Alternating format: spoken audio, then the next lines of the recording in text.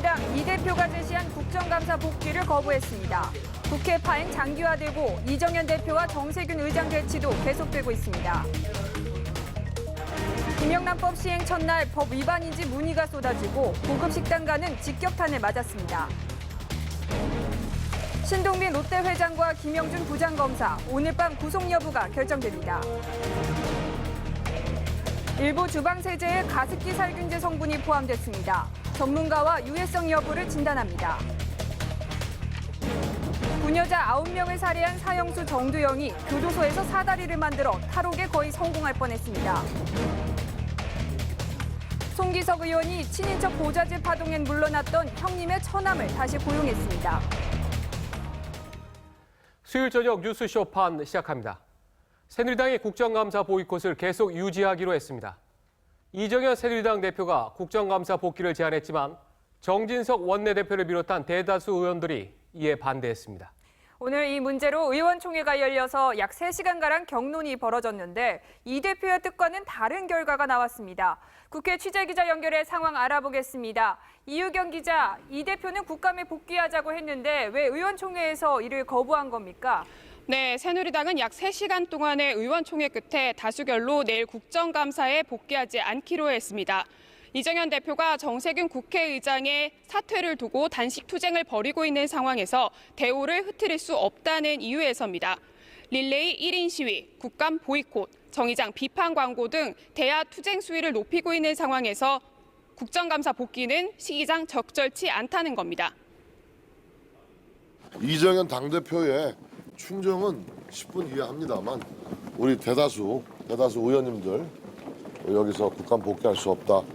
당대표 단식하고 내버려두고 국감 복귀할 수 없다. 앞서 새누리당 의원과 당 사무처 직원, 당원 등은 정세균 국회의장 사퇴를 주장하며 규탄 대회를 벌였습니다.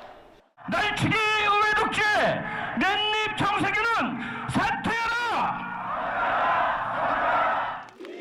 이 자리에서 이 대표는 울먹이는 목소리로 해임 건의안을 강행 처리한 정세균 국회의장을 비판하면서도 내일부터 국정감사에는 참여해달라고 요청했습니다. 내일부터 우리 새누리당은 국감에 임해 주십시오. 성실한 국정감사를 통해서 정부 기관이 제대로 일하고 있는지, 예산을 바로 쓰고 있는지, 국민에게 갑질을 하고 있지는 않은지 꼼꼼하게 감시하고. 하지만 갑작스런 이 대표의 국감 복귀 요청에 강경파 의원들은 의총에서 강한 반대 목소리를 내면서 오히려 2, 3일씩 릴레이 동조 단식에 들어가기로 했습니다. 하지만 김영우 국방위원장과 유승민, 나경원 의원 등 비박계 의원들은 국감에 참여해야 한다고 여전히 주장하고 있어 며칠간 대야 투쟁을 이어가다 정의장 유감 표명 등을 받아낸 뒤 국감에 복귀하는 타협안도 거론되고 있습니다. 지금까지 국회에서 TV조선 이유경입니다. 정세균 국회의장과 이정현 새누리당 대표의 강대강 대치 국면이 계속되고 있습니다. 이 대표는 정 의장이 사퇴할 때까지 단식을 하겠다고 배수진을 쳤습니다. 하지만 정 의장은 사퇴는 물론이고 유감 표명도 할 수 없다고 맞받아쳤습니다. 조정린 기자입니다. 김재수 장관 해임 건의안 처리에 반발해 3일째 단식 농성 중인 새누리당 이정현 대표가 목소리를 높여 정세균 국회의장을 맹비판합니다. 국회 파행의 모든 책임은 바로 정세균 의장한테 있고 이 수습을 하고 해야 될 책임은 있는 사람이 오히려 파행을 조장을 하고 더 부추기고. 이 대표는 정 의장이 사퇴할 때까지 단식 투쟁을 중단하지 않겠다고 했습니다. 해결 방법은 정세균 의장이 물러나든 내가 죽든 둘 중에 하나밖에 없다라고 말씀하셨는데 맞습니까? 정확하게 맞습니다. 물러나면 됩니다. 그러나 정 의장은 사퇴 요구를 일축했습니다. 제가 유감 표명을 할 내용이 없잖아요. 국회의장으로서 법과 절차에 따라서 마땅히 제가 해야 될 책임을 다했단 말입니다. 또 자신의 대화 상대는 이 대표가 아니라 원내대표라고 했습니다. 국회를 운영함에 있어서 저의 카운터파트는 세 분의 원내대표입니다. 정 의장은 국민의당 박지원 비상대책위원장이 중재에 나섰을 때에도 사과나 유감 표명 제안을 받아들이지 않은 것으로 전해집니다. 우선 먼저 국정감사의 정상화를 위해서 노력하자. 그리고 여기에 대한 의장의 입장 표명을 바랬지만은 의장도 굉장히 강경해서 정 의장과 이 대표가 한치도 물러서지 않고 정면 대치하고 있는 가운데 새누리당은 내일 정 의장을 직권남용 및 권리행사 방해 등 혐의로 서울중앙지검에 고발하기로 했습니다. TV조선 조정린입니다.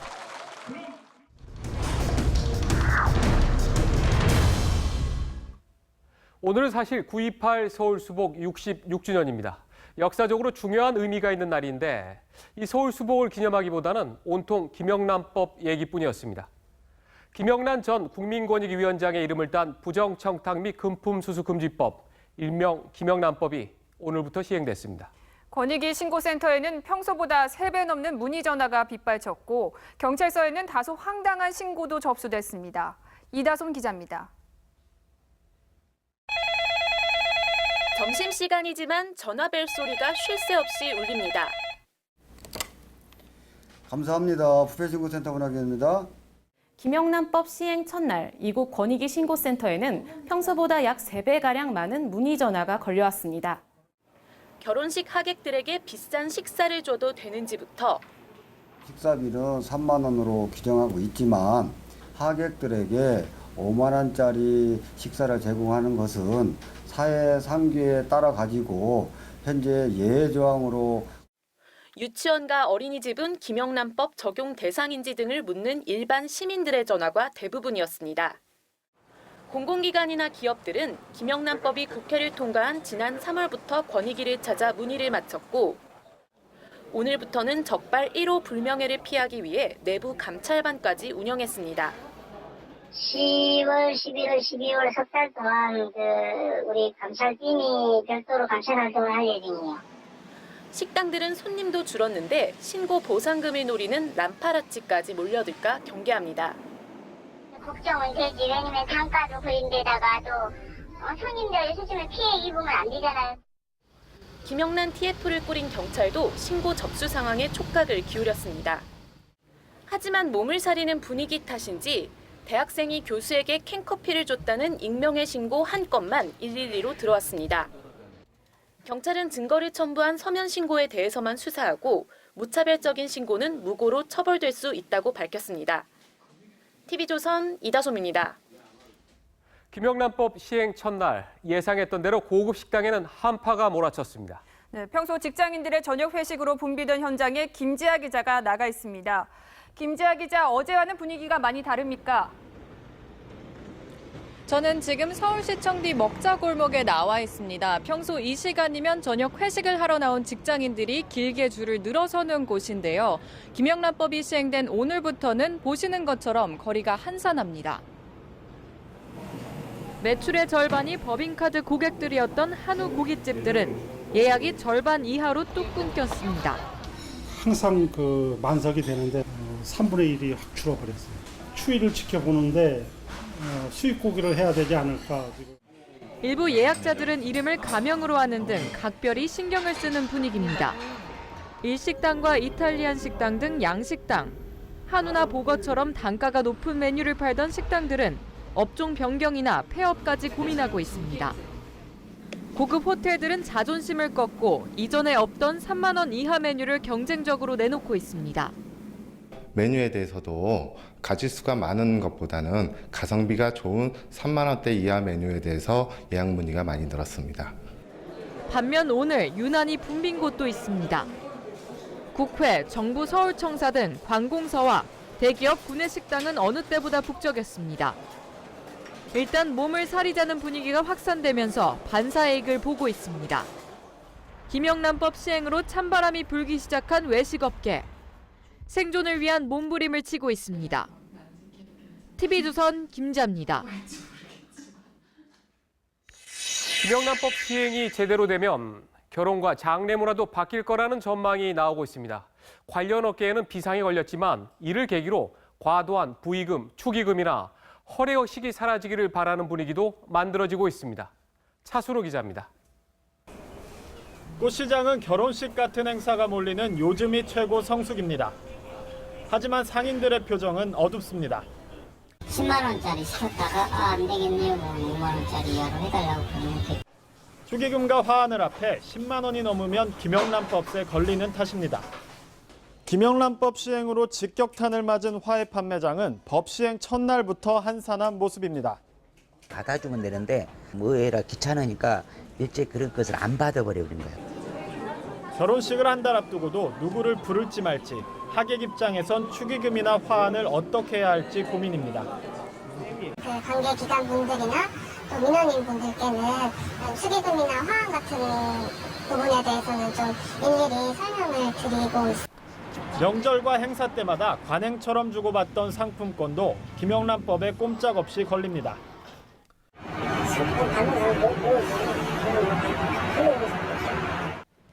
빈소 분위기도 평소와 사뭇 다릅니다. 상주가 일일이 조의금이나 화환을 거절하긴 어렵지만 민감한 관계일수록 조심하자는 분위기입니다.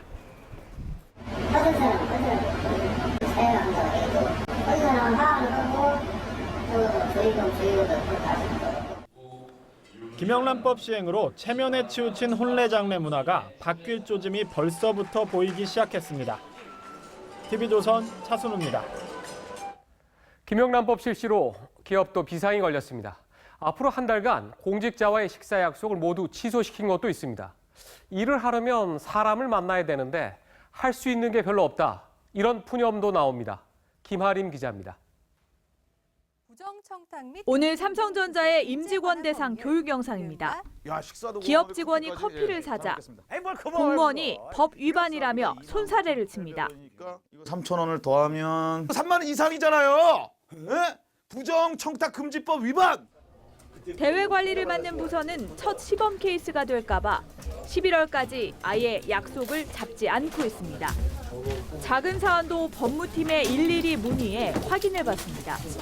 업무 관련 식사 약속은 저녁보다는 티타임이나 점심으로 바꾸고 있고 일단은 좀 조심히 상황을 지켜봐야 하지 않나 이런 분위기입니다. 6대 로펌과 함께 김영란법 대응 TF팀을 꾸린 대한상의도 난감하긴 마찬가지입니다. 회원사에서 문의가 잇따르고 있지만 기관별로 해석이 제각각이어서 명확한 답변을 주기 어렵습니다. 권익위원회 명확한 유권 해석이 지금 없는 상태거든요. 권익위원회 질의를 해보시는 것도. 교수 출신 사회이사는 사의를 표하는 경우도 있습니다. 권익위는 안 된다, 법조계는 된다고 서로 해석이 다릅니다. 적극적으로 기준을 좀 마련해 주셨으면 하는 게 기본적인 입장이고요. 초기니까 조금 보수적으로 좀 스탠스를 취할 필요도 있지 않나. 이러지도 저러지도 못하는 기업들. 일단 소나기는 피하고 보자는 심정입니다. TV조선 김하림입니다. 현재 법원에서 중요한 영장실질심사가 진행되고 있습니다. 먼저 배임 횡령 혐의를 받고 있는 신동빈 롯데그룹 회장과 고교 동창으로부터 금품을 받은 혐의를 받고 있는 김영준 부장검사의 구속 여부를 법원이 곧 결정합니다. 취재기자 연결합니다. 한우리 기자, 신동빈 회장이 직접 법원에 나왔죠? 네, 그렇습니다. 신동빈 롯데그룹 회장은 오늘 오전 이곳 서울중앙지법에 출석해 3시간 동안 영장 실질심사를 받았습니다. 법원은 내일 새벽 3, 4시쯤이 돼야 영장 발부 여부를 결정할 것으로 보입니다. 롯데그룹 1,750억대 배임 횡령 본인이 다 지시하신 거 인정하시는지요? 법정에서 성실히 소명하겠습니다. 신 회장은 법정에서 대부분 혐의를 부인한 것으로 전해집니다. 검찰은 주임 검사인 조재빈 부장검사까지 직접 법정에 들어가 구속 필요성을 강조했습니다. 신 회장은 총수 일가에게 롯데 계열사 급여 명목으로 500억 원을 주고 770억 원대 롯데시네마 일감도 몰아준 혐의를 받고 있습니다. 롯데 PS는 유상증자 과정에서 회사에 400억 원대 손해를 끼친 혐의도 있습니다. 앞서 검찰은 신 회장 누나인 신영자 롯데장학재단 이사장을 560억 원대 증여세 탈루 혐의로 추가 기소했습니다. 신 이사장은 이미 회사 돈을 빼돌린 혐의 등으로 구속돼 재판을 받고 있습니다. 네, 스폰서 의혹을 받는 김영준 부장검사도 영장실질심사를 받았죠? 네, 그렇습니다. 김영준 부장검사도 오늘 오전 심사를 마치고 현재는 검찰청에서 법원의 결정을 기다리고 있습니다. 김 부장검사는 고교 동창인 사업가 김모 씨로부터 수천만 원대 뇌물을 받은 혐의, 그리고 수사에 대비해 김 씨에게 증거를 모두 없애라고 지시한 혐의를 받고 있습니다. 최근 피의자가 된 법조인들이 줄줄이 법정 출석을 하지 않은 것과 달리 김 부장검사는 영장심사에 출석했습니다. 김 부장검사 측은 억울한 부분이 있어 소명하기 위한 것이라고 전했습니다. 김 부장검사는 빌린 돈을 갚았으며 대가성은 없었다고 주장한 것으로 알려졌습니다.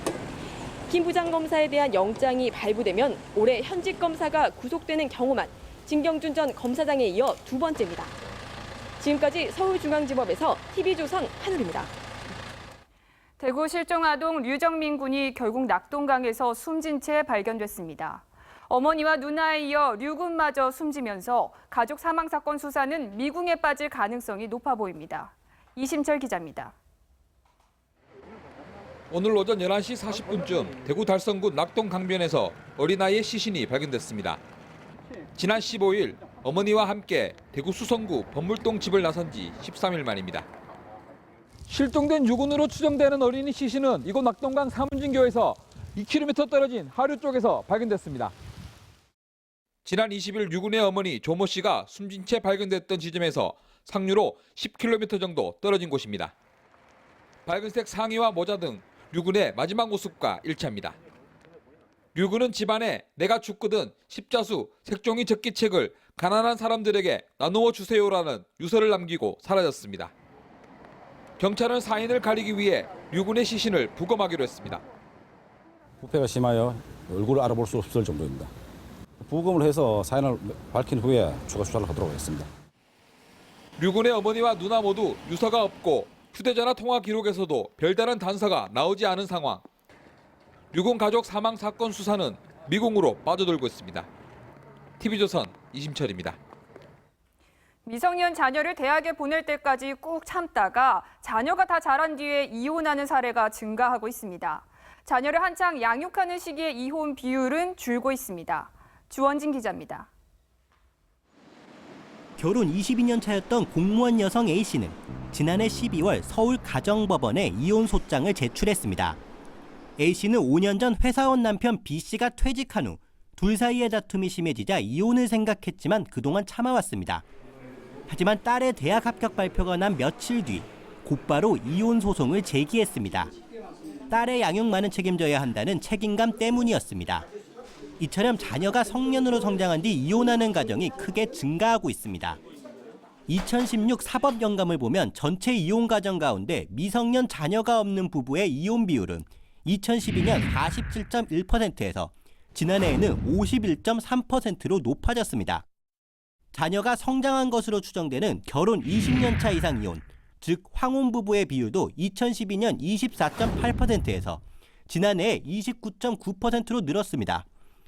반면 자녀를 한창 양육하는 시기인 결혼 10년 차에서 14년 차의 이혼 비율은 15.2%에서 13.6%로 줄어들었습니다.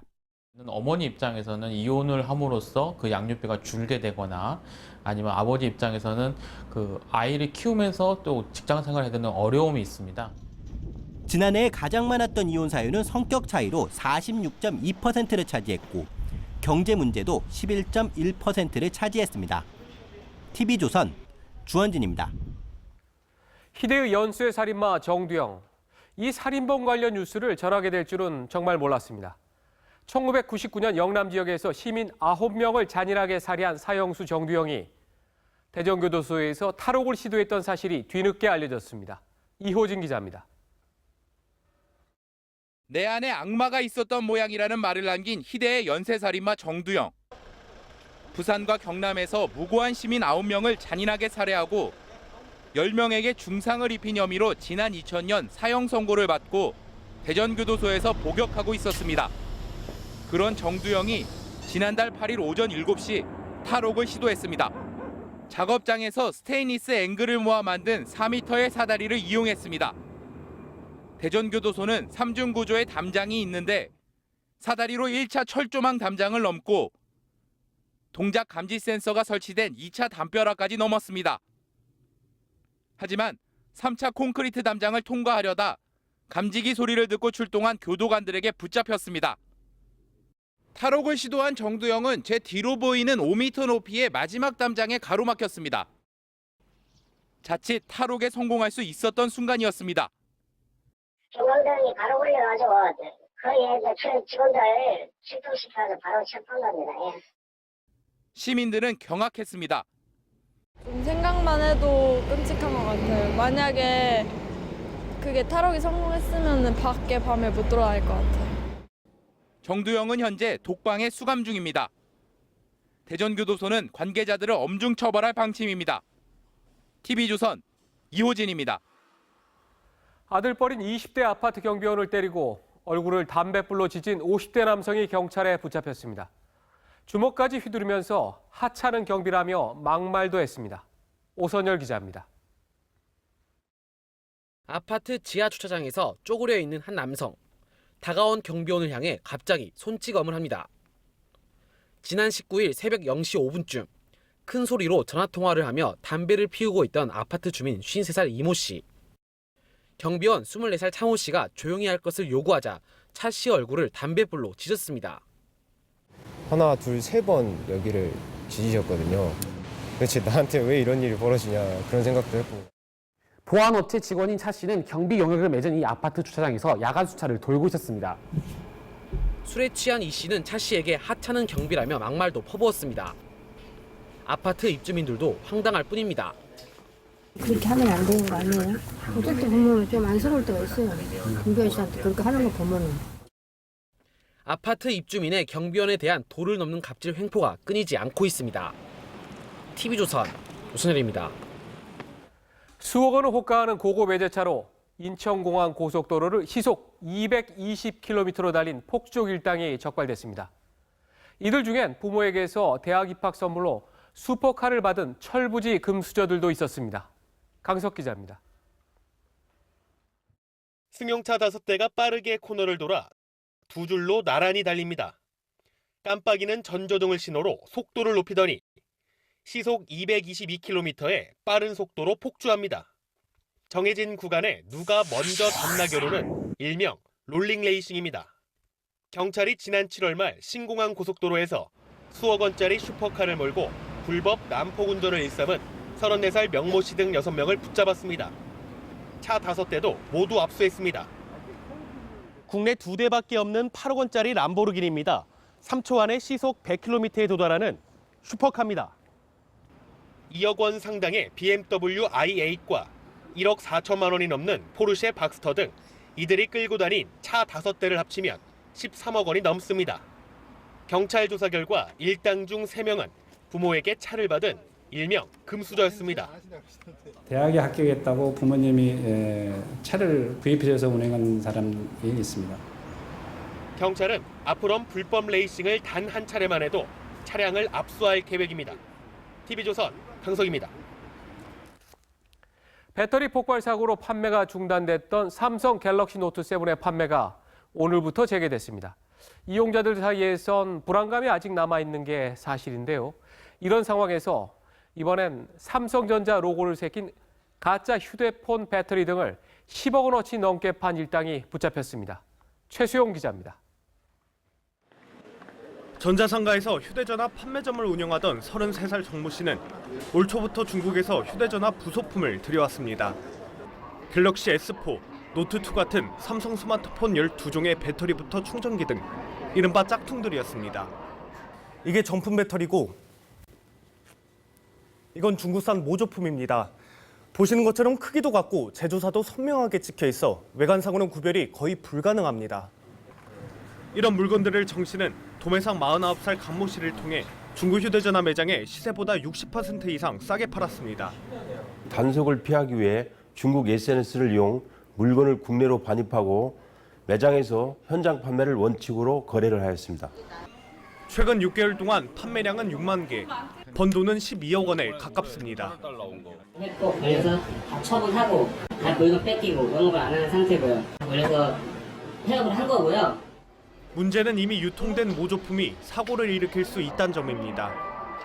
국가 안전 인증인 KC마크 인증을 받지 못한 보조 배터리는 발화 및 폭발의 위험성이 있으므로 경찰은 정 씨를 통해 모조품을 사들인 소매업자들을 쫓고 있습니다. TV조선 최수용입니다. 승객과 승무원 383명을 태우고 미국에서 한국으로 향하던 아시아나항공 여객기가 이륙 3시간 만에 회항했습니다. 온도 조절 장치 고장으로 화물칸에 불이 난 것으로 잘못 인식된 것이 이유였습니다. 강동원 기자가 보도합니다. 우리 시각으로 오늘 새벽 미국 LA를 출발해 한국으로 향하던 아시아나항공 여객기가 회항한 것은 이륙 후 3시간이 지나섭니다. 기내 화물칸에서 연기가 발생했다는 비상등이 들어왔기 때문입니다.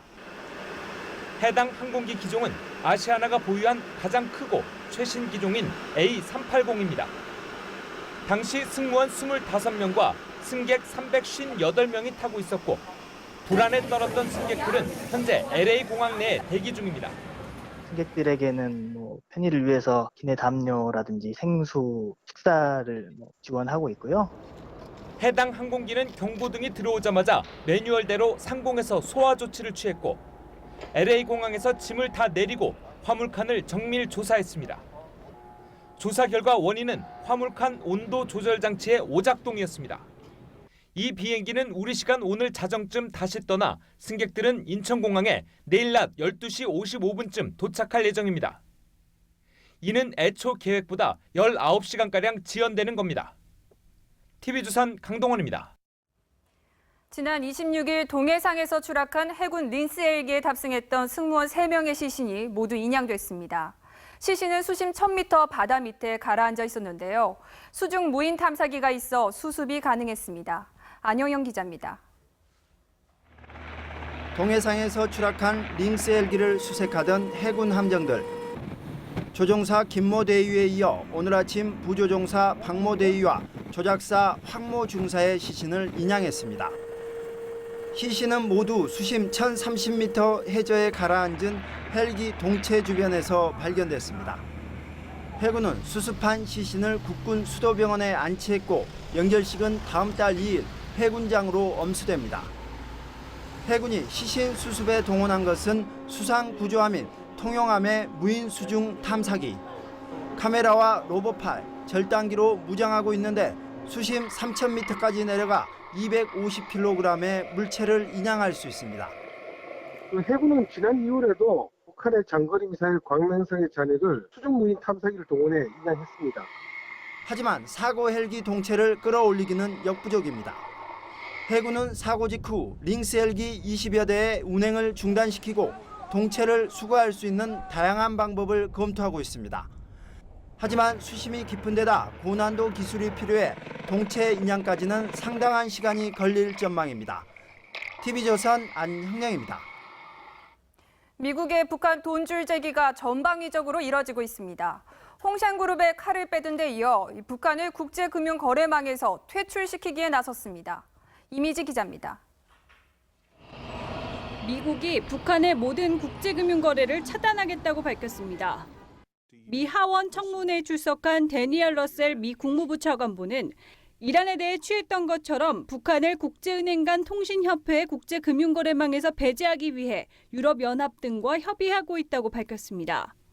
대단히 강력한 북한의 그 자금줄과 소위 말한 대외 무역이라든가 관련된 걸 거의 전면 차단하겠다는 뜻이에요. 홍샹그룹에 대한 제재로 사실상 세컨더리 보이콧에 나선 미국은 홍샹그룹에 대한 제재가 오바마 대통령의 뜻이었다고 밝혔습니다. Further isolate the North Korean regime and to apply pressure to those entities and individuals and organizations that try to support them. 백악관은 오바마 대통령이 이 문제를 진지하게 고민하고 있다고 덧붙여 추가 제재를 예고했습니다. 미 하원도 미국 정부가 인질 석방 등을 이유로 북한의 현금과 금을 지급하지 못하도록 하는 법안을 통과시켜 북한 돈줄 죄기를 본격화했습니다. 러셀 차관보는 또 북한의 미사일 시험 속도가 빨라지는 점을 감안해 내년 말로 예정됐던 한국 내 사드 배치를 서두르겠다고 밝혔습니다. TV조선 이미지입니다. 지난 7월 홍콩에서 망명을 요청한 북한 수학영재 리정열 군이 한국에 입국한 것으로 확인됐습니다. 장래가 촉망받는 북한 엘리트층의 한국행이라 북한 내 충격은 더 클 것으로 보입니다. 윤동빈 기자가 보도합니다. 홍콩 민영통신사 팩트와이어는 지난 7월 홍콩에서 열린 국제수학 올림피아드에 참가하다가 돌연 한국 총영사관에 망명 신청을 한 18살 북한 수학영재 리정열 군이 최근 한국에 입국했다고 보도했습니다. 리정열 군은 총영사관에서 현지 보안당국의 보호를 받으며 80일간 은둔 생활을 했습니다. 정보당국 관계자들이 홍콩으로 건너가 리정열 군의 건강과 심리 상태를 체크하고 구체적인 탈북 동기에 관해 조사를 마친 것으로 알려졌습니다. 지난 대회에 북한은 남학생 6명을 출전시켜 종합 6위를 차지했는데 리정열 군은 과학 분야를 집중 육성하고 있는 김정은의 선전 대상이었습니다. 리정열 학생들은 은메달들을 받았습니다.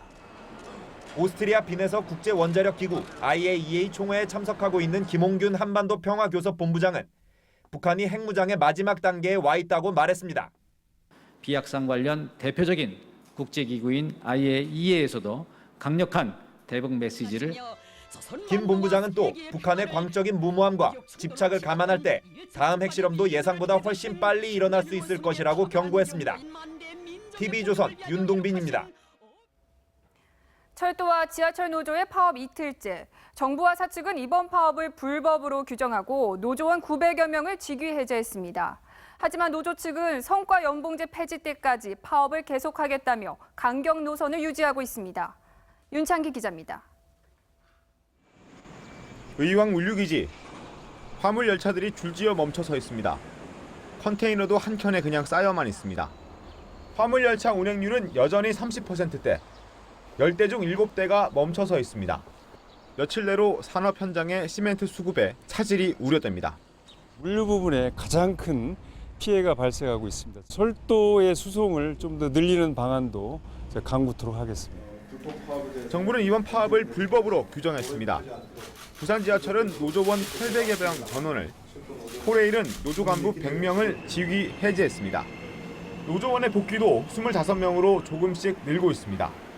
불법 행위에 대해서는 사기에 의한 징계, 손해배상 청구 등 민형사상 책임을 엄중히 묻겠습니다.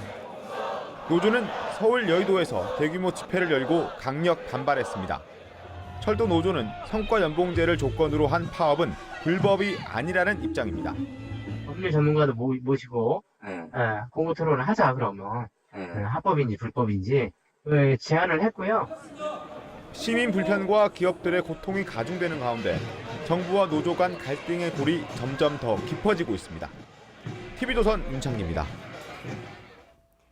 어제 서울대병원을 시작으로 대학병원들도 성과 연봉제를 문제 삼아 파업에 가세했습니다. 하지만 대학병원 49곳이 파업에 참여할 것이란 예상과 달리 15곳만 합류해 동력이 떨어지는 모습입니다. 성민혁 기자입니다. 보건의료산업 노조원들 수천 명이 머리띠를 두르고 노래를 부릅니다.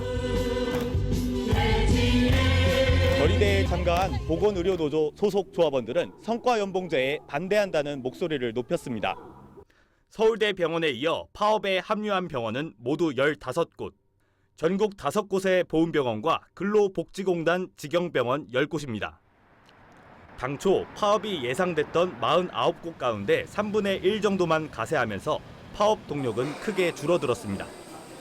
한양대와 경희대 등 사립대 병원과 국립대 병원 노조들은 사측과 막판 임금 협상에 나서 잠정 합의하거나 교섭 기간을 연장하면서 파업에 불참했습니다. 아무튼 옛날에는 파업 많이 해서요. 너무 많이 사람들 것 같아요. 보훈병원과 근로복지공단 직영병원들은 진료 차질을 막기 위해 대체 인력을 투입했습니다. 진료에 그게 대기줄이 늘어난다거나 차질은 어느 정도? 그런 거 전혀 없습니다. 진료는 다 이상하게끔 다 대체 인력 다 투입하고 해서. 환자들의 불편도 예상보다 크지 않았습니다. 오늘 그러고 진료 못 냈겠어요? 평소에 똑같았어요. 보건의료노조는 성과 연봉제와 의료 민영화 저지를 내걸고 다음 달 27일 2차 총파업에 나설 계획입니다. TV조선 성민혁입니다. 지역희망 박람회 회장을 찾은 박근혜 대통령이 우리는 고비를 넘을 충분한 역량을 갖고 있다고 말했습니다. 박 대통령은 이곳에서 갓난아기를 안아보기도 하고 전라도 사투리를 쓰면서 참가자들에게 친근감을 표시했습니다. 김정우 기자입니다. 지역희망 박람회를 찾은 박근혜 대통령이 강원도 벽지에서 태어난 석 달 된 아기를 안습니다. 누가 안느냐에 따라서 좀 알아봐요. 광주시 전시관에선 전라도 사투리 뒀습니다.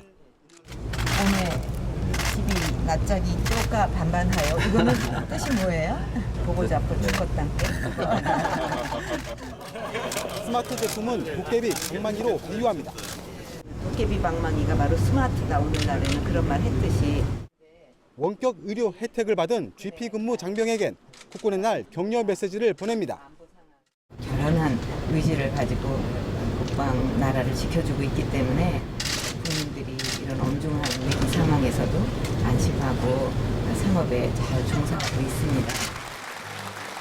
박 대통령은 규제 프리존법의 국회 통과를 촉구했습니다. 규제 프리존 특별법 통과를 위한 공동 건의문도 발표하고 국회에서 하루빨리 법안을 통과시켜 주리라 믿습니다. 박 대통령은 또 지금은 정상을 목전에 둔 마지막 순간이라며 고비를 넘을 충분한 역량을 갖고 있다고 했습니다. TV조선 김종호입니다.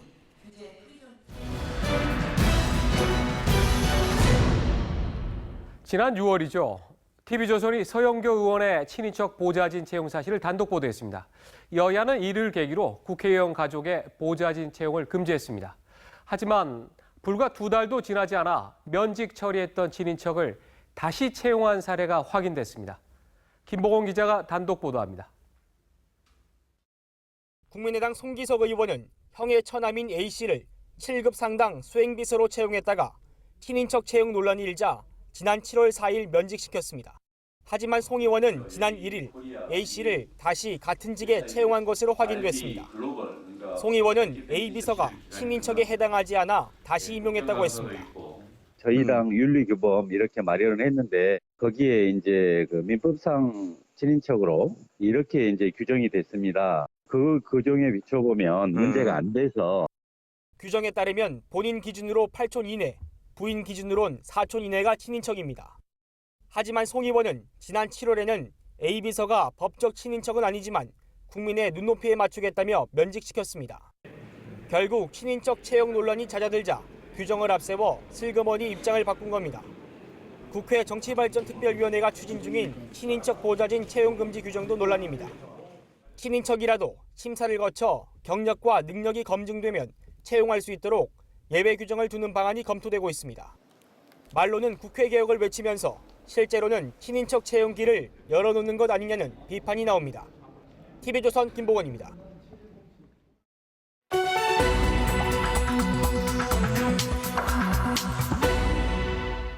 오늘 새누리당에서는 국정감사 복귀를 놓고 의원총회가 3시간가량 열리는 등 정말 내부 격론이 일었는데요. 정치부의 배성규 부장과 함께 현재 정치권 상황 어떻게 될지 깊숙이 좀 들어가 보겠습니다. 자, 배 부장, 오늘 저녁 한 6시까지만 해도 이정현 대표가 국감에 복귀했으면 좋겠다 이런 뜻을 전하고 나서 이제 그러면 국정감사는 이제 정상으로 가는 거다 이렇게 예상을 했었는데 이게 맞습니다. 완전히 뒤집혔어요. 그렇죠. 완전히 뒤집혔죠. 그러니까 이정현 대표는 나는 단식 투쟁을 할 테니 여당 우리 새누리당은 국감에 임해달라 했는데 이 정진석 원내대표와 강경파 의원들이 그건 안 된다 반대하면서 오히려 새누리당의 강경기류에 기름을 부어버렸습니다. 그래갖고 지금 이것이 이 지도부가 공조 단식까지 하는 이런 상황까지 가면서 이게 새누리당이 더 강경해지고 결국 이 대야 투쟁은 더 세질 거다. 그래서 국회 파행은 점점 더 잠겨야 될 가능성이 커졌다. 이렇게 보입니다. 그러니까 어떻게 보면 이정현 대표의 생각과는 반대로 가버린 것이죠. 그래서 당분간은 이 여야 간의 대치가 이어지면서 아무래도 이번 주말은 넘기게 되지 않겠느냐 이런 전망이 나옵니다. 아마 워낙 지금 여론도 별로 안 좋기 때문에 이게 며칠 지나면서 자연히 좀 정리될 것이다 이런 예측도 있었는데 지금 상황을 보면 완전히 더 강경해졌는데 근데 이게 뭔가 이정현 대표가 청와대와는 좀 교감이 있었던 겁니까? 아니면 완전히 혼자의 생각이었던 겁니까? 지금 그 여당 의원들 얘기를 들어보면 거의 혼자 생각에 가까웠다라고 보입니다. 청와대와 조율 과정은 없었던 것 같고요. 그다음에 내부 조율도 거의 없었습니다. 그래서 이 사전에 이정현 대표의 그 생각을 알았던 사람은 그 지도부 핵심 몇몇 분만 알았는데 그래서 그 얘기를 들었을 때 이 정진석 원내대표 그다음에 조원진 비대위원장은 말렸다고 합니다. 근데 그냥 오늘 규탄 대회에 나가서 말을 해버린 것이죠. 그러면 복귀 선언이 지금 타이밍 자체가 서청원 의원이 정말 8선의 정치인으로 경험이 많은 서 의원이 한 대로 이 타이밍이 좀 너무 빨랐던 겁니까? 네, 그렇죠.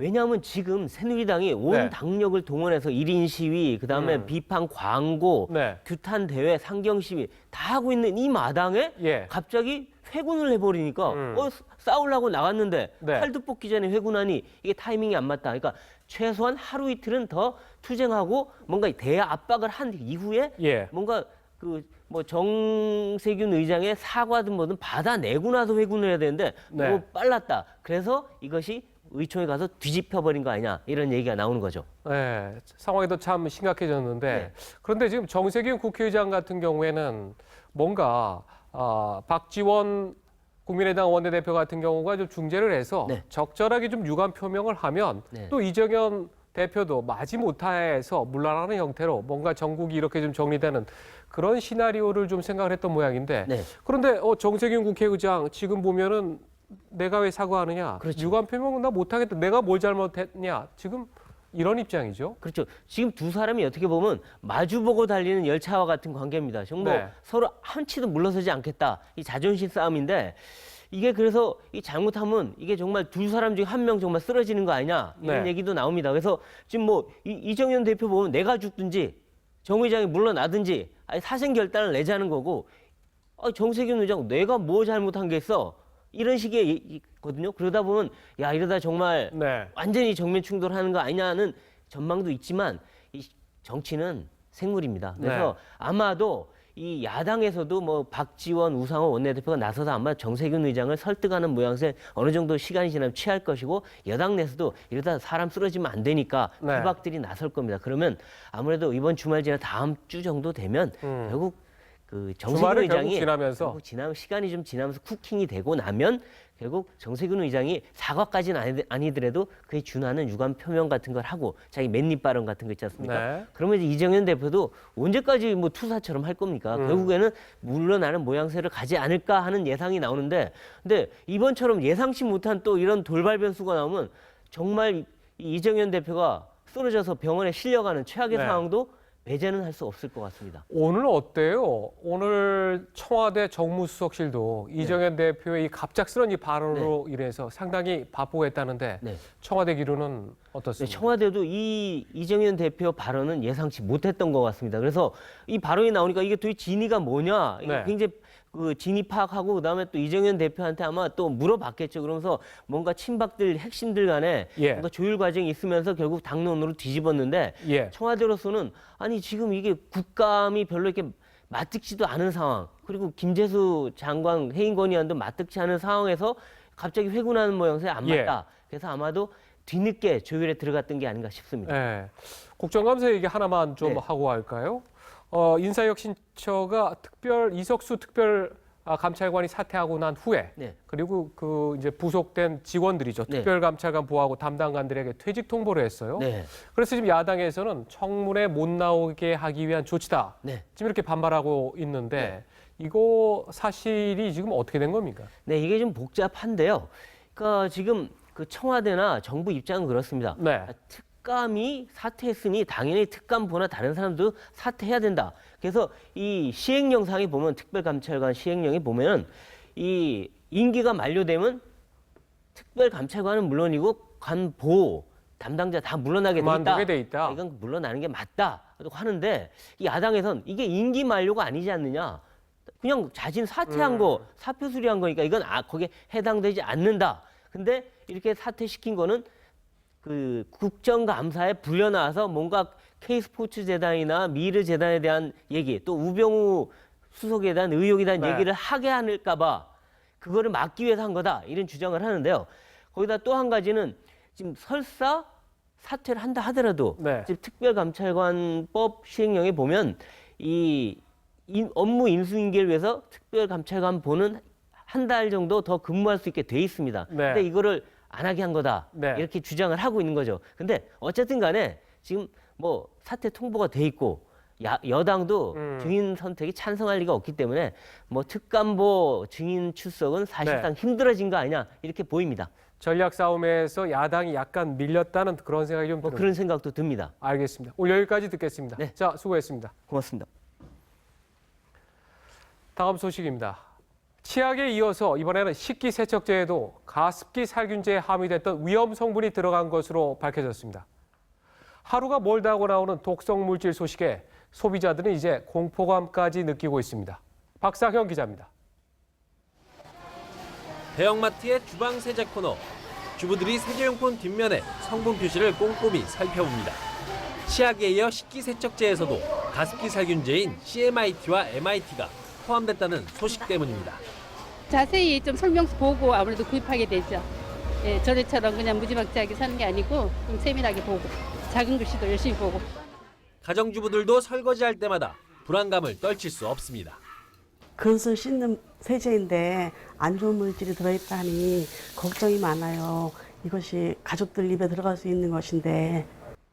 주방기구를 세척할 때 사용하는 세제입니다. 이 제품 어디에도 위험물질이 포함됐다는 것을 알리는 경고 문구는 찾아볼 수 없습니다. 주방세제는 과일과 채소 세척제를 제외한 나머지는 CMIT와 MIT가 허용되지만 성분을 표시하지 않아도 되기 때문입니다. 보건복지부는 식기세척제를 수거해 확인 작업을 벌이고 있습니다. 식약처도 CMIT와 MIT가 포함된 원료를 공급받은 30개 업체에 대한 전수조사에 들어갔습니다. 이 가운데 애경과 코리아나 화장품은 CMIT와 MIT를 치약에 사용하지 않았고 사용 후 씻어내는 제품에만 사용했다고 해명했습니다. TV조선 박상현입니다. 네, 식약처는 지금 가습기 살균제가 들어간 치약, 이거 인체에 무해하니 괜찮다고 하는데 이게 과연 안전할까요? 고려대 환경보건학과의 이종태 교수와 함께 좀 더 깊이 들어가 보도록 하겠습니다. 어서 오십시오. 네, 안녕하십니까. 먼저 좀 단도직입적으로 지금 치약, 이거 아침에 이 닦을 때 이거 써도 되나 이런 생각이 들었는데 이거 안전한 겁니까? 믿어도 됩니까? 이번에 저도 이제 그 치약 안에 그런 이제 뭐 MIT나 CMIT라는 성분이 있다는 걸 알고 저도 이제 놀라긴 했는데요. 이번에 처음 하셨어요, 교수님도? 네. 그러니까 이제 그 기본 이제 질문이 이게 안전한지 안 한지에 대한 질문보다는 이게 이제 어느 정도 위해한가 이런 관점에서 이제 먼저 접근하는 게 맞을 것 같습니다. 그러니까 안전하다는 뭐 이제 저희가 CMIT나 MIT 어떤 독성이나 이런 정보들을 보면 안전하다고 얘기하는 것보다는 지금 현재 거기 들어가 있는 그 농도나 또는 저희가 그 화학 물질 어떤 성분들을 고려했을 때 그렇게 우려할 정도의 위해 수준은 아니다. 이 정도에서 얘기하는 게 맞을 것 같습니다. 아니 그래도 양치하다가 실수로 저 같은 경우는 가끔 삼키기도 하고 특히 어린아이들 같은 경우에는 이거 뭐 많이 치약을 싸서 쓰기도 하지 않습니까? 자, 이런 게 조금 빈발하다 보면 이것도 위험할 수 있다. 지금 국민들은 그렇게 지금 우려하고 있거든요. 뭐 이제 그럴 뭐 이제 가능성이 전혀 없는 건 아닙니다. 그러니까 이제 그 MIT나 여기 오늘 얘기가 되는 CMIT의 그 화학적 성분이 수용성, 이제 쉽게 얘기하면 이제 물에 용해가 잘 되는 그런 이제 물질입니다. 그래서 그런 것들을 이제 우리가 양치를 통해서 우리가 양치물을 이제 적절히 해서 물을 충분히 씻어내면 사실은 잘 녹아서 이제 그 바깥으로 외부로 배출할 수 있기 때문에 그런 점에서 위에 어떤 수준이 좀 낮을 가능성이 있는데 아까 이제 앵커께서 언급하신 것처럼 어린아이들의 경우는 이제 양치 행태가 우리랑 좀 달라서 양치물을 먹을 수도 있고 이제 할 가능성이 있으니까 그런 경우에는 뭐 특정한 어떤 그 위험한 어떤 성질을 갖고 있는 아이의 경우에는 위험할 가능성을 배제할 수는 없습니다. 위험할 가능성을 배제할 수 없다. 아주 신중하지만 소비자들에게 좀 필요한 얘기인데 그리고 이제 치약 말고도 구강청정제를 많이 사용하지 않습니까? 자, 여기에도 이 위험 물질이 소량이라도 좀 들어가 있는 겁니까? 그렇습니다. 이제 그 지금 그 오늘 이제 언급된 이 물질들은 보통 이제 방부제 또는 이제 그 부패를 방지하기 위해서 이제 쓰는 그런 물질이거든요. 그래서 지금 화장품이나 또는 뭐 이제 뭐 구강청결제 또는 치약 이런 이제 다양한 성분들이 지금 들어가 있는 것으로 알려져 있습니다. 네, 이 가습기 살균제에 들어가 있는 이 위험 성분, 이제 CMIT, MIT 하면 일반 소비자들도 알 정도가 됐는데 이 아주 어려운 사실 일이 담긴 그런 내용물이지 않습니까?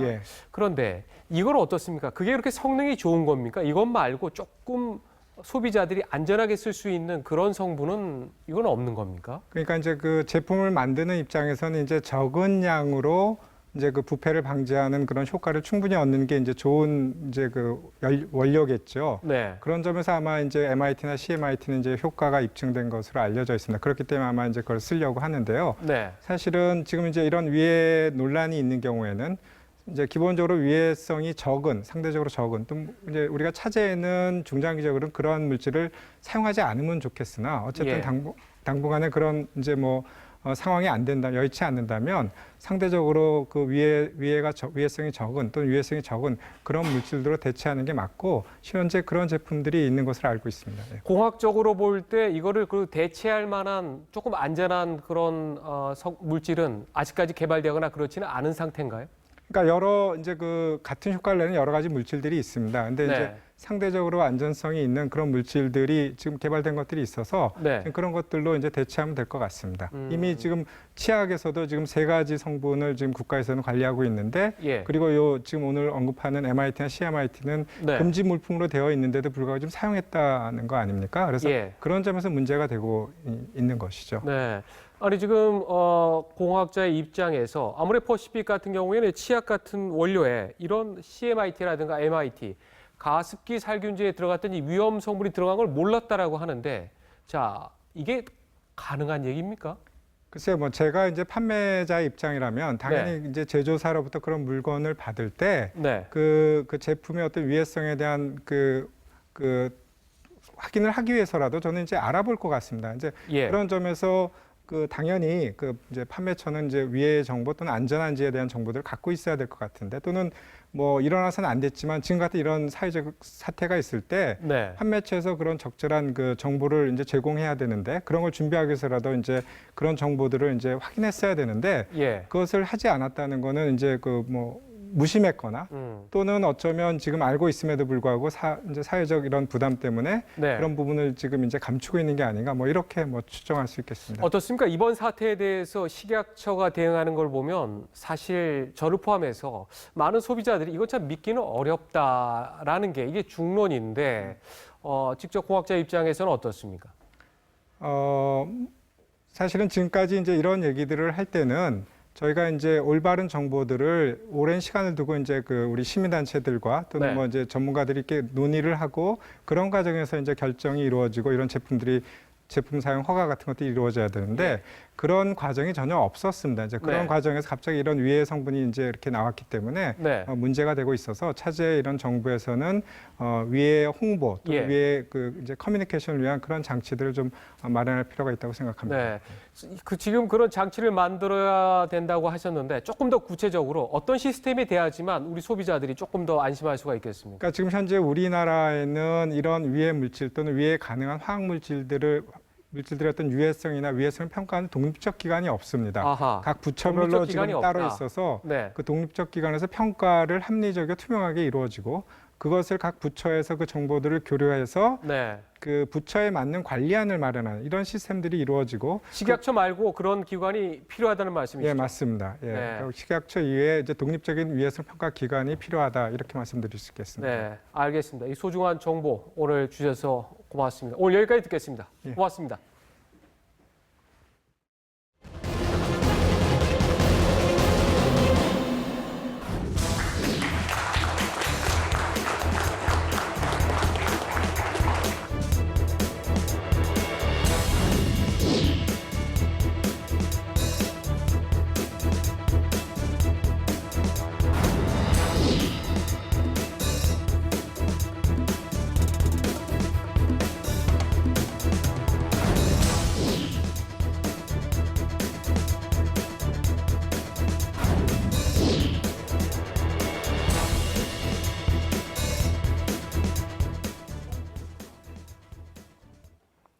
네, 조금 전 법원이 경찰이 재신청한 백남기 씨에 대한 부검영장을 최종 발부했습니다. 유가족들과 백남기 투쟁본부 측은 즉각 반발했고 서울대병원 장례식장엔 전운마저 감돌고 있습니다. 취재기자 연결합니다. 김도영 기자, 서울대병원 분위기 전해주시죠. 네, 지난해 11월 도심 집회에서 물대포에 맞아 쓰러진 백남기 씨 시신 부검과 관련한 압수수색 영장이 결국 발부됐다는 소식이 이곳에도 방금 전해졌습니다. 지금 백 씨 유가족들과 백남기 투쟁본부 측 300여 명은 종일 서울대 장례식장 주변을 지키고 있는데요.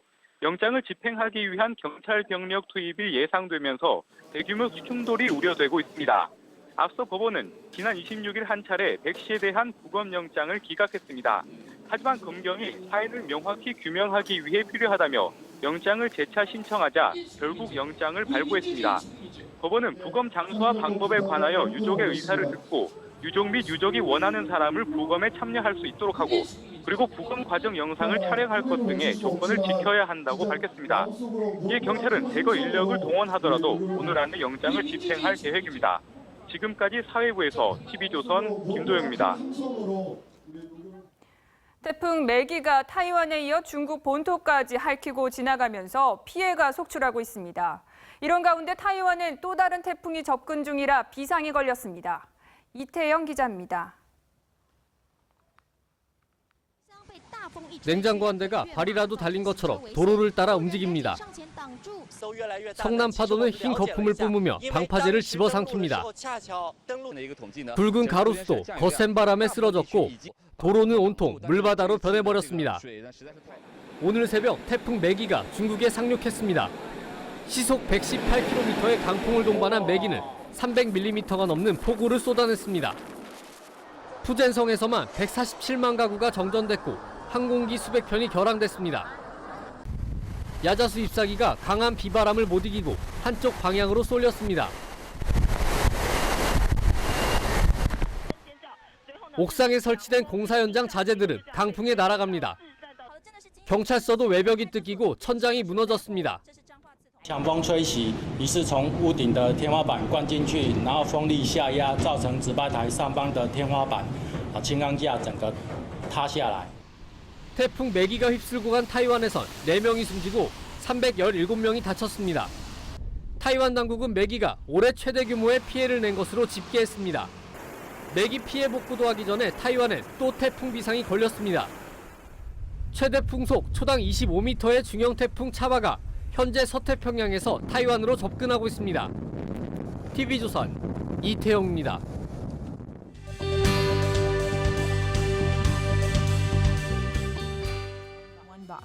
상자를 열더니 스마트폰을 그 속에 넣습니다. 타이머를 설정한 뒤 닫은 상자. 시간이 다 되기 전엔 열 수 없습니다. 네덜란드의 한 업체가 내놓은 일명 스마트폰 감옥입니다. 업무 중이거나 친구들과 대화 중일 때, 느긋하게 목욕을 즐길 때도 이 상자를 이용해 귀찮은 스마트폰에서 해방될 수 있습니다. 직장인들을 중심으로 큰 인기를 끌고 있습니다. 터키의 한 수산시장. 생선 장수가 커다란 상어를 들고 손님들에게 보여줍니다. 쭉 찢어진 눈과 두툼한 입술 모양이 사람의 얼굴 생김새를 닮았습니다. 터키 남부 지중해 연안에서 드물게 잡히는 이 상어는 당뇨병에 효능이 있는 것으로 알려져 있습니다. 생선 장수는 병을 앓는 사람에게 공짜로 줄 예정이라고 말했습니다. 영롱한 푸른빛을 내는 커다란 보석.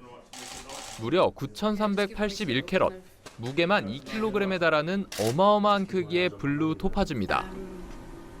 But what's amazing about this stone is not just its size, it's its quality, the color, the intensity of the blue. 30년 전 한 자선가가 영국 자연사박물관에 기증한 원석인데 전문가들은 최소 수백만 달러의 가치가 있는 것으로 보고 있습니다.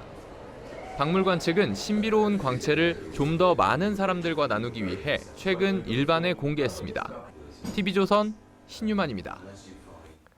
요즘 한국 영화, 지나치게 폭력적이고 선정적인 장면들이 많이 나온다. 이렇게 얘기하시는 분들이 많습니다. 왜 그렇게 또 평소에도 듣기 어려운 욕은 또 많이 나오는지 민망할 때가 많습니다. 그런데 이런 영화들이 흥행에 성공하면서 폭력 영화 제작이 늘어나는 추세입니다. 백은영 기자입니다. 오늘 개봉한 영화 아수라. 총, 칼, 도끼 등 끔찍한 살인 도구가 난무합니다. 누가 언제 어떤 방식으로 죽일지 모르니 성장이 약한 사람들은 아예 보지 않는 게 나을 것이라는 영화 평이 나돌 정도입니다. 좀 잔인한 부분이 많아가지고 영화 보는 도중에 눈을 가리고 보는 경우가 있었어요. 피 나오는 장면이 굉장히 많아가지고 부담스러워서 못 보겠다 싶은 장면도 좀 많았습니다. 그러나 이 같은 잔혹성에도 불구하고 개봉 첫날 폭발적인 관객놀이에 성공했습니다. 이처럼 잔혹한 영화의 흥행이 계속 이어져 오고 있습니다. 범죄와의 전쟁, 신세계, 내부자들, 연쇄 살인마, 조직폭력배, 부패 권력자들이 스토리를 이끌면서 광기에 가까운 폭력이나 살인이 영화 전반에 흐릅니다. 반윤리적인 스토리도 증가하고 있습니다. 할머니, 어머니 등 일가족을 살해하는 초등학생, 성도착증 이모부에게 음란 서적 낭독을 강요당하는 조카. 문제는 한국 영화에서 청소년 관람 불가 작품이 꾸준히 증가하고 있다는 겁니다. 일정한 자극에 길들여지면 그것을 더 뛰어넘는 자극들을 원하게 돼 있죠. 그런 측면에서 표현의 수위는 자꾸 더 좀 심해질 수밖에 없다고 봅니다. 예술을 위한 미장센인지 흥행을 염두에 둔 연출인지 한국 영화가 폭력과 선정성에 점점 물들어가고 있습니다. TV조선 배민영입니다. 시력이 좋지 않아 눈을 찌푸려 했던 아이들. 이젠 칠판이 잘 보입니다. 고마운 어른 덕에 시력에 맞는 안경이 생겼습니다. 시력에 맞는 안경을 맞추는 것이 공부하는데 절대적으로 필요한 거지만 생활이 어렵다 보니까 다른 것에 우선순위를 두는 것 같습니다. 성장기 아이들은 6개월마다 안경을 바꿔줘야 하는데요. 가난한 집에선 이마저 어렵습니다. 와가지고 시력을 측정하고 자기가 마음에 맞는 안경테를 고르고 안경을 맞추고 감사하다고 인사하고 갈 때가 제일 흐뭇한 것 같고요. 시골로 직접 찾아가기도 하고요. 어떨 때는 어려운 아이들이 찾아옵니다. 고마운 어른 덕에 아이들도 세상을 더 밝게 바라보게 됐습니다.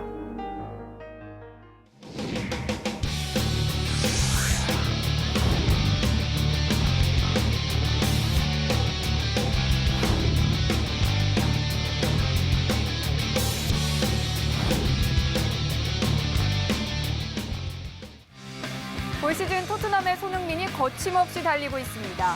챔피언스리그 모스크바 원정에서 결승골까지 뽑아내며 자신이 왜 대세인지 입증해 보였습니다. 차정승 기자입니다. 토트넘 라멜라가 수비 뒤쪽으로 넣어준 패스를 손흥민이 침착하게 골로 연결합니다. 올 시즌 5경기 5골. 손흥민은 챔피언스리그 통산 6호 골을 기록했습니다. Heung-min Son again in a wonderful early season for Heung. 결승골을 터뜨린 손흥민에게 영국 언론은 부상으로 빠진 공격수 케인의 빈 공간을 손흥민이 채우고 있다고 평했습니다. 포체티노 감독에게도 확실한 눈도장을 찍었습니다. And that was very important for us, the 3-point, because it was a game that we must win, like we talked yesterday. 올 시즌 한층 더 강력해진 손흥민은 움직임이 눈에 띄게 좋아졌습니다.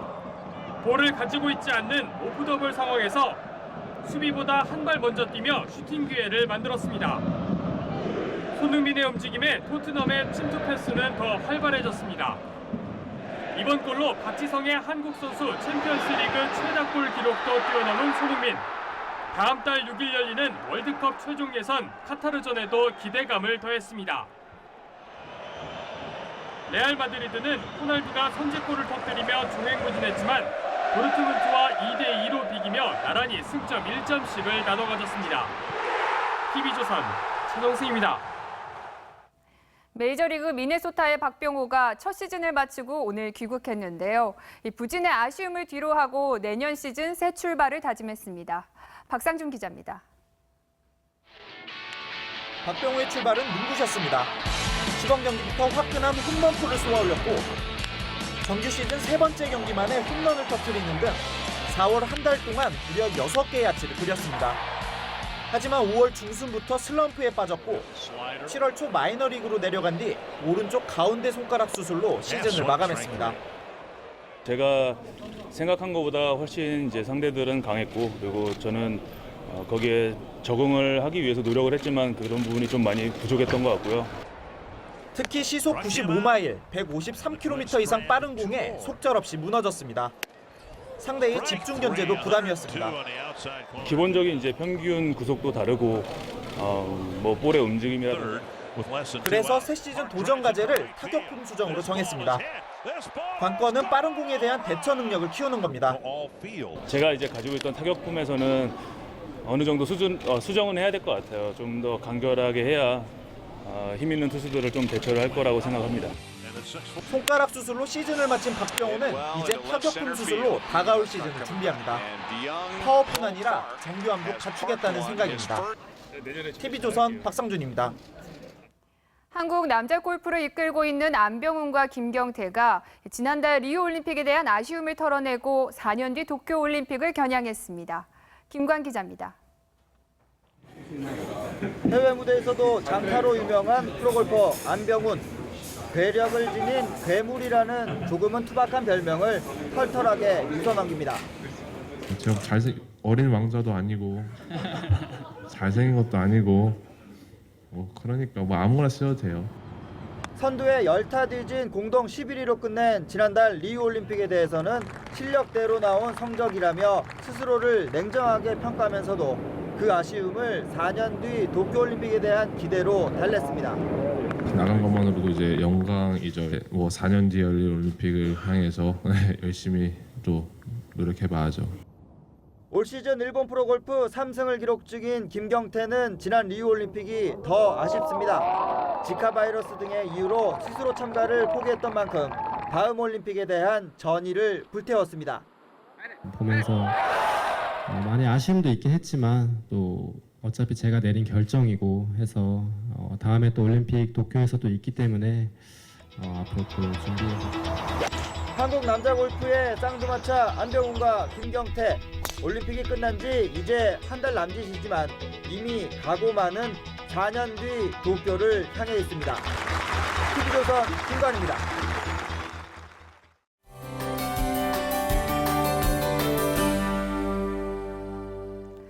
네, 오늘은 흐린 하늘이었죠. 남부와 강원 영동에는 비가 왔는데요. 내일 아침에는 대부분 그치겠고요. 제주도는 종일 이어질 것으로 보입니다.